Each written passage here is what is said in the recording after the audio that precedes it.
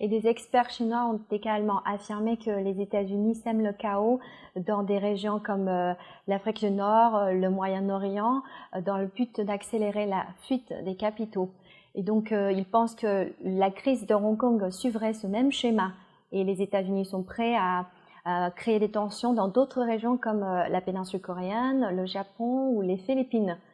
Quelle est la probabilité Donc, d'une confrontation militaire? peut-être, encore une fois, peut-être que il faut se garder d'être simpliste et de trop simplifier.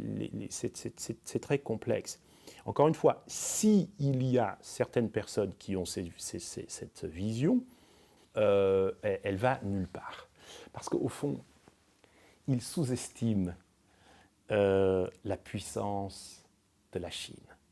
La Chine, elle est puissante parce que elle a un système de gouvernance extrêmement solide qui a fait ses preuves. Qui fait ses preuves? La Chine, elle est puissante parce que la population chinoise soutient le gouvernement chinois. La Chine, elle est puissante parce qu'elle est une société qui est beaucoup plus entrepreneuriale, beaucoup plus innovante, beaucoup plus créatrice que les gens le pensent à l'extérieur de la Chine. Et on revient sur Huawei, on revient sur la technologie.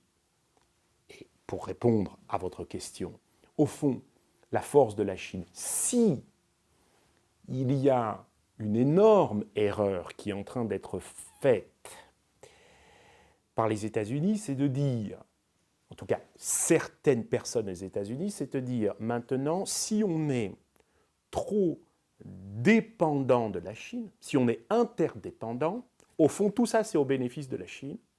Et il faut déconnecter, il faut que les États-Unis fassent ce qu'ils ont à faire, en gros, rester en situation de puissance et de domination. Et puis, la Chine sera mécaniquement derrière parce que la Chine a plus besoin des États-Unis que les États-Unis ont besoin de la Chine. C'est le raisonnement qui est fait par certains aux États-Unis. C'est un raisonnement fautif. Parce qu'au fond, je vous disais, la puissance de la Chine, le gouvernement, la population, etc., etc., mais c'est aussi le marché qui est absolument colossal. Et c'est vrai que la Chine est devenue la seconde puissance économique du monde. Mais regardez le GDP per capita, le GDP per capita. Il y a un espace considérable pour aller à un autre niveau.